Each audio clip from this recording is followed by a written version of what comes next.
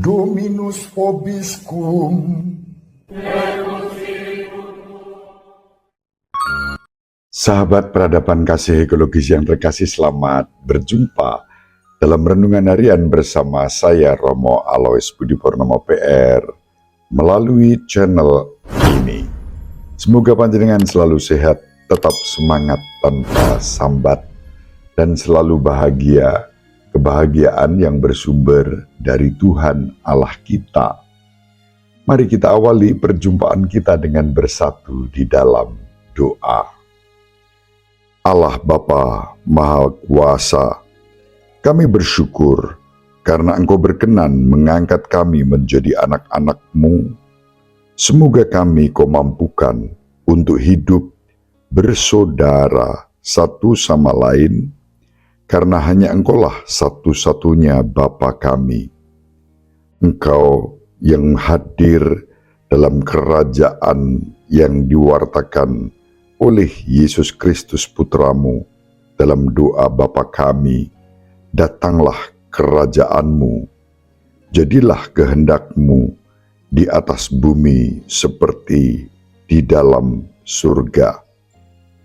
Engkau juga yang akan membebaskan kami dari segala macam pencobaan, sehingga Putramu mengajarkan dalam doa Bapa kami, dan janganlah masukkan kami ke dalam pencobaan, tetapi bebaskanlah kami dari segala yang jahat.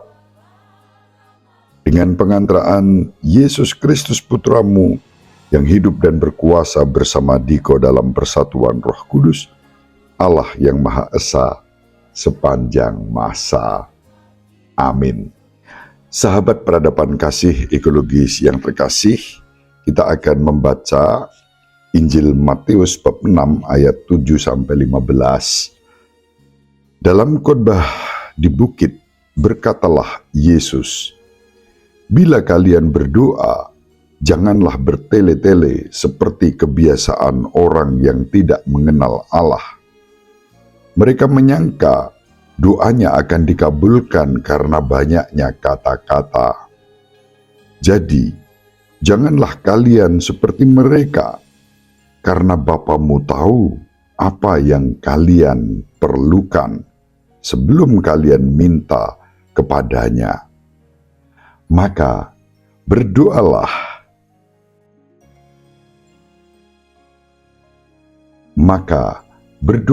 kalian demikian: Bapa kami yang ada di surga, dimuliakanlah namamu, datanglah kerajaanmu, jadilah kehendak-Mu di atas bumi seperti di dalam surga. Berilah kami pada hari ini makanan kami yang secukupnya, dan ampunilah kesalahan kami, seperti kami pun mengampuni yang bersalah kepada kami. Dan janganlah membawa kami ke dalam pencobaan, tetapi bebaskanlah kami dari yang jahat. Amin. Karena jikalau kalian mengampuni kesalahan orang, Bapamu yang di surga akan mengampuni kalian pula. Tetapi jikalau kalian tidak mengampuni orang, Bapamu pun tidak akan mengampuni kesalahanmu." Demikianlah sabda Tuhan. Terpujilah Kristus.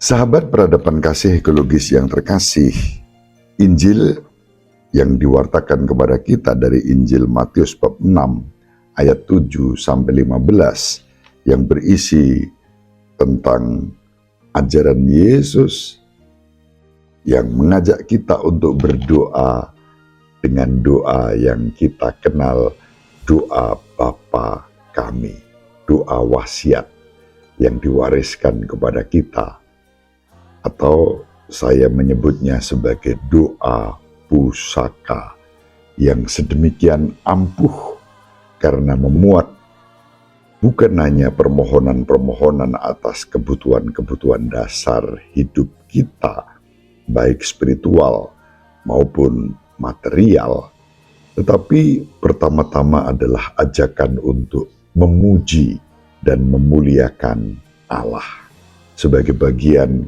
pertama, dan itu berarti yang terpenting. Baru kemudian dilanjutkan dengan permohonan-permohonan.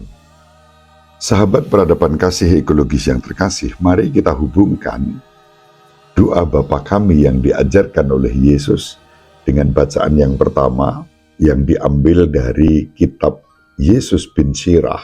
Kitab ini juga sering disebut sebagai kitab Putra Sirah atau kitab Sirah. Dalam tradisi kita, kitab suci ini menjadi bagian dari kitab Deuterokanonika. Tentang hal itu nanti akan kita bahas tersendiri. Sekarang poin kita adalah merenungkan makna dari sabda Tuhan sebagai renungan harian kita.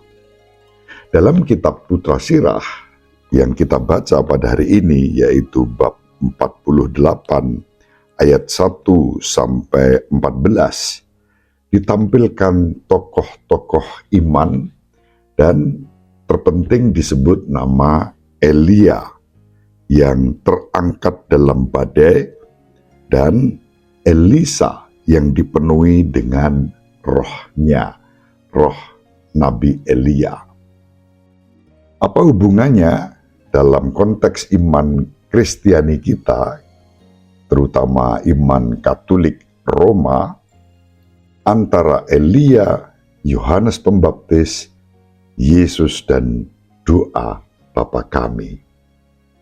Bacaan pertama yang kita ambil dari kitab Sirah memuji nenek moyang Israel dan tokoh-tokoh besar Perjanjian Lama. Itu sudah dimulai dari kitab Putra Sirah bab 44 sampai nanti bab 50. Yang kita baca saat ini adalah bab 48. Yang termasuk dalam daftar panjang ini disebut pada hari ini adalah Nabi Elia dan Elisa. Setelah mengenang perbuatan Elia, Sirah bernubuat seperti dalam kitab Maleaki bab 4 ayat 5 sampai 6 bahwa Elia akan kembali waktu yang ditentukan untuk memulihkan suku Yakub atau Israel. Hubungannya dengan Yesus, kita ingat nanti Yesus memberitahu murid-muridnya bahwa kembalinya Elia terjadi dalam figur Yohanes Pembaptis yang mempersiapkan jalan bagi kedatangan Yesus sendiri sebagai Tuhan, sebagai Mesias, sebagai Putra Allah. Yohanes menyebut Yesus sebagai anak domba Allah yang menghapus dosa dunia. Aspek mesianis Yesus sendiri. Sahabat peradaban kasih ekologis yang terkasih, sebelum kedatangan Yesus Kristus, bangsa Israel sebagai suku Yakub masih berada dalam pengasingan atau pembuangan.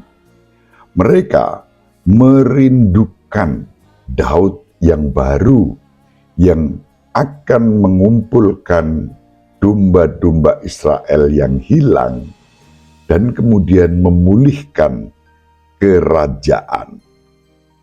Kembalinya Elia dalam sosok atau figur Yohanes Pembaptis merupakan tanda dimulainya pemulihan tersebut dan terkait dengan beberapa permohonan yang muncul di dalam doa Bapa Kami yang diajarkan Yesus. Secara khusus, kita berdoa untuk datangnya kerajaan Allah. Bapa Kami yang ada di surga, dimuliakanlah namamu, datanglah kerajaanmu. Ini merupakan permohonan yang kedua. Dalam permohonan yang keenam, Tuhan kita Yesus Kristus mengajarkan kepada kita berdoa, janganlah membawa kami ke dalam pencobaan. Sahabat peradaban kasih ekologis yang terkasih, permohonan doa Bapa Kami yang keenam ini, janganlah membawa kami ke dalam pencobaan, dapat juga diterjemahkan sebagai berikut. Janganlah biarkan kami tunduk pada ujian kesengsaraan, kalah ketika menghadapi penderitaan, pencobaan, kesengsaraan. Kita mohon, janganlah membawa kami ke dalam pencobaan, termasuk juga janganlah kita sampai kalah, tunduk pada kesengsaraan, ujian, cobaan, penderitaan. Maka di satu sisi kita berdoa agar Allah membebaskan kita dari segala godaan dosa sehari-hari. Di sisi lain, permohonan ini mengacu pada masa ujian terakhir bagi orang-orang benar. Masa penderitaan dan pencobaan yang akan mendahului datangnya kerajaan. Itu yang disabdakan Yesus kepada kita, bahwa sebelum kerajaan Allah hadir akan ada masa-masa ujian itu.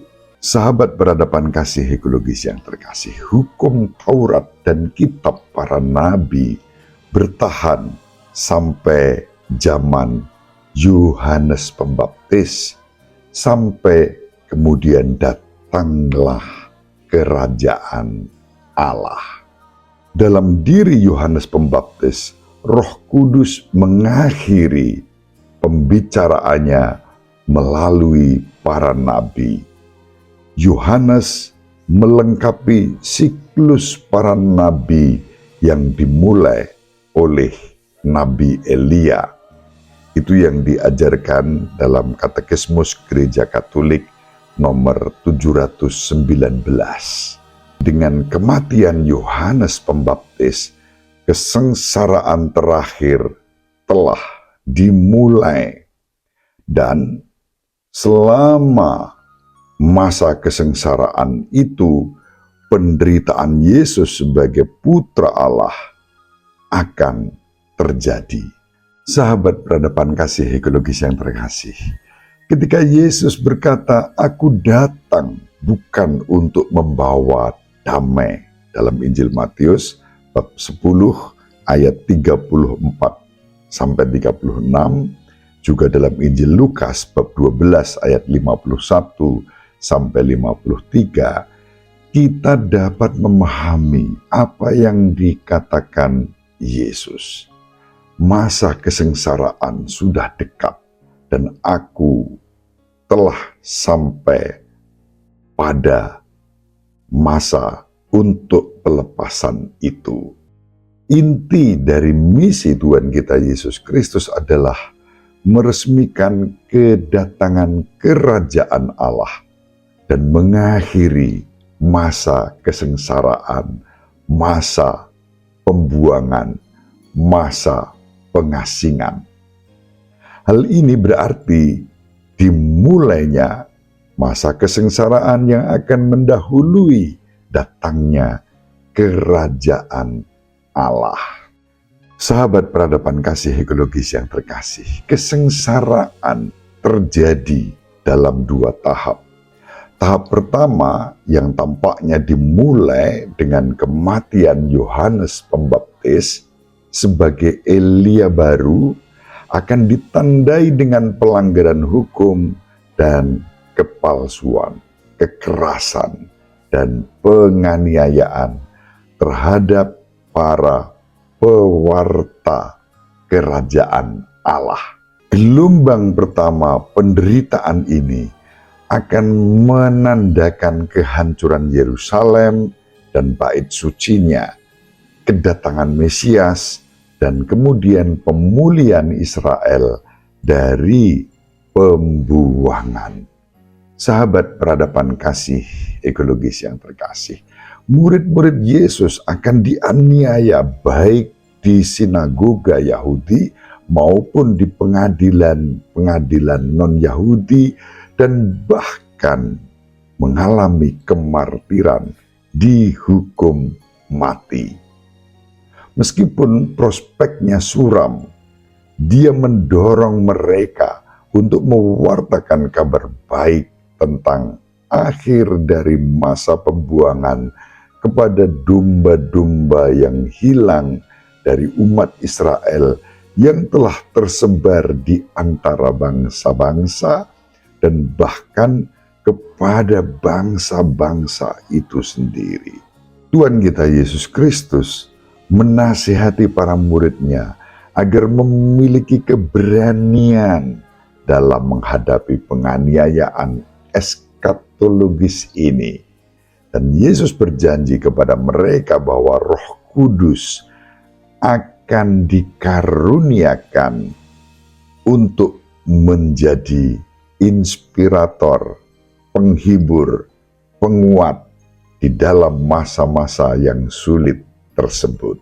Dalam situasi seperti itu, yang terpenting adalah bertahan sampai akhir dalam kesetiaan dan terus mewartakan datangnya kerajaan Allah di antara kita.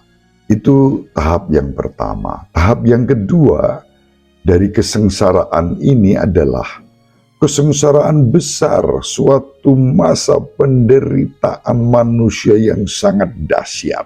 Nabi-nabi palsu akan mencoba menyesatkan umat pilihan dalam penipuan-penipuannya.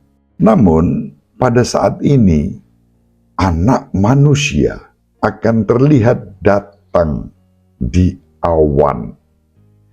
Pada saat ini, anak manusia akan mengutus malaikat-malaikatnya ke 4 ujung bumi untuk mengumpulkan sisa-sisa umat pilihan, yaitu untuk mewujudkan akhir dari masa pembuangan yang telah lama ditunggu-tunggu, yakni mengumpulkan semuanya ke Sion, siapapun yang tercerai-berai.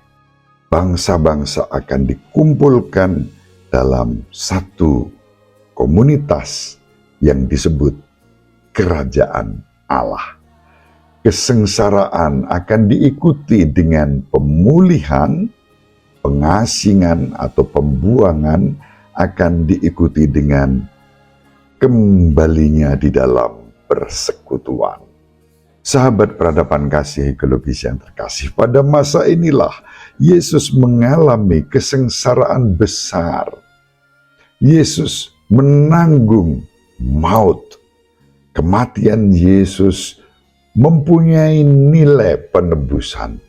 Yesus tidak hanya berharap untuk mati dalam masa kesengsaraan, namun ia juga mengajarkan bahwa kematiannya akan berfungsi sebagai penebusan dosa-dosa bukan hanya untuk umat Israel, tetapi juga untuk semua orang. Tuhan kita Yesus Kristus mengajarkan bahwa Dia adalah anak manusia, yaitu Mesias, yang akan memberikan nyawanya dalam masa kesusahan yang besar itu dengan meminum cawan penderitaan dan dibaptis menanggung kematian.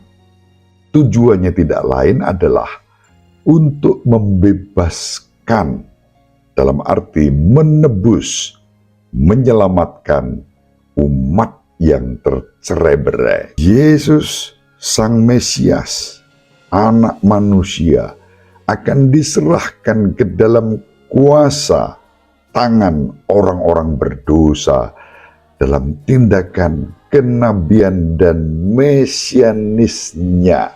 Dan dengan cara itu, Yesus menggenapi karya penebusan Allah melalui dirinya dengan sengsara, wafat, dan kebangkitannya. Sahabat peradaban kasih ekologis yang terkasih, dengan latar belakang itu kita hubungkan dengan kitab Putra Sirah. Maka ketika kita berdoa, doa Bapa kami, kita berdoa untuk realisasi dari tegaknya kerajaan Allah yang definitif di dalam hidup, hati, dan jiwa kita dan di dunia ini. Kita berdoa agar kita tidak menyerah pada godaan kehidupan sehari-hari, tetapi bertahan dalam masa kesengsaraan ini dan memiliki keberanian untuk mewartakan kabar baik, sukacita Injil kepada semua bangsa, sehingga terwujudlah kerajaan Allah hadir di dunia kita. Kita berdoa agar kita diselamatkan dan tidak disesatkan ketika mengalami kesengsaraan, penganiayaan pada akhir zaman. Demikian yang dapat kita renungkan kaitannya dengan doa Bapa kami dan kitab Putra Sirah. Semoga bermanfaat. Ibu Maria dan Bapak Yusuf selalu mendoakan kita. Semoga panjenengan semua sahabat peradaban kasih ekologis yang terkasih, bersama seluruh anggota keluarga dimanapun berada, dibimbing, dilindungi, dan diberkati oleh Allah yang Maha Kuasa, Bapa dan Putra dan Roh Kudus. Amin. Terima kasih, salam sehat, tetap semangat tanpa sambat, selalu bahagia, kebahagiaan yang bersumber dari Tuhan Allah kita. Salve, Shalom, salam sejahtera, berkah dalam.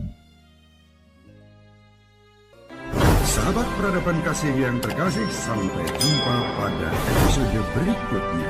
Terima kasih atas kebersamaan kita. Salam peradaban kasih ekologis, berkah dalam.